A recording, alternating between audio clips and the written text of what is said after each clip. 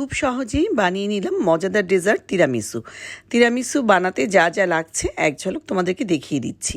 আসসালামু আলাইকুম, কেমন আছো সবাই? নতুন একটি ভিডিওতে স্বাগতম। বাচ্চারা প্রায়ই এই ডেজার্টটা খাওয়ার বায়না ধরে, তারা ডেজার্ট শপে গেলেই তিরামিসু খেতে চায়। আমি ভাবলাম যে আজকে বাসায় বানিয়ে দিই। তিরামিসু বানাতে যা যা লাগছে তোমাদেরকে দেখিয়ে দিচ্ছি। লাগছে ব্ল্যাক কফি, লাগছে হুইপ ক্রিম, আর নিয়ে নিচ্ছি ডানো ক্রিম, কনডেন্স মিল্ক, আর ক্যাডবেরি চকলেটের পাউডার নিয়ে নিচ্ছি, ক্যারামেল চকলেট সিরাপ, আর এনার্জি প্লাস বিস্কিট। তোমরা যে কোনো বিস্কিট দিয়ে সেটা বানিয়ে নিতে পারো।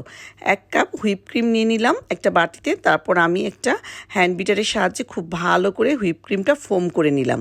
তারপর এতে ডানো ক্রিম দিয়ে দিলাম অর্ধেকটা। তারপর আমি অর্ধেক কনডেন্স মিল্ক দিয়ে দিলাম, কারণ মিষ্টিটা কনডেন্স মিল্ক থেকেই আসবে। অনেক বেশি দিলে মিষ্টির পরিমাণটা বেড়ে যাবে। সেজন্য আমি যতটুকু ক্রিম নিয়েছি সেই আন্দাজে অর্ধেকটা কনডেন্স মিল্ক দিয়ে দিলাম। তারপর কফিতে বিস্কিটগুলো চুবিয়ে আমি প্রথমে ক্রিম, তারপর বিস্কিট, এভাবে করে লেয়ার লেয়ার করে দিচ্ছি। খুব দ্রুত আমি কফিতে বিস্কিটটা চুবিয়ে লেয়ারে দিচ্ছি, কারণ হচ্ছে গিয়ে এই এনার্জি প্লাস বিস্কিটটা এমনি একটু নরম টাইপের বিস্কিটটা যেন ভেঙে না যায় সেই দিকটা খেয়াল করতে হবে।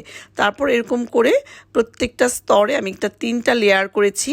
এক লেয়ারে ক্রিম, তারপর বিস্কিট, আবার হচ্ছে ক্রিম, আবার বিস্কিট, এভাবে করে আমি সবগুলো একসঙ্গে মিক্স করে নিয়েছি। এভাবে লেয়ার লেয়ার করে আমি তিরামিসুটা রেডি করেছি।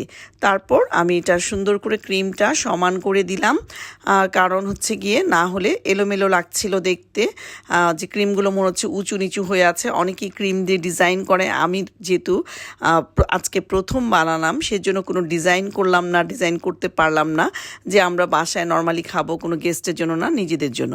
তারপর এখানে আমি চকলেট পাউডার আর কফি পাউডার একটু আমি ছাঁকনিতে নিয়ে সুন্দর করে সেটা খুব ভালো করে তিরামিসুর উপরে ছড়িয়ে দিলাম।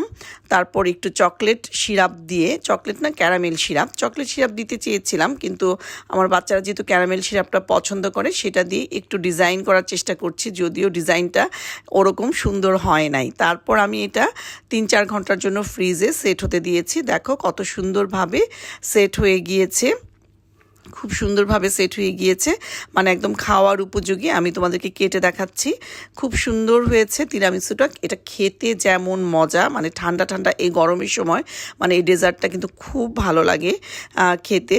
দেখো খুব সুন্দরভাবে উঠে এসছে। আমি একটা ছুরি দিয়ে খুব সুন্দর করে কেটে উঠিয়ে নিলাম।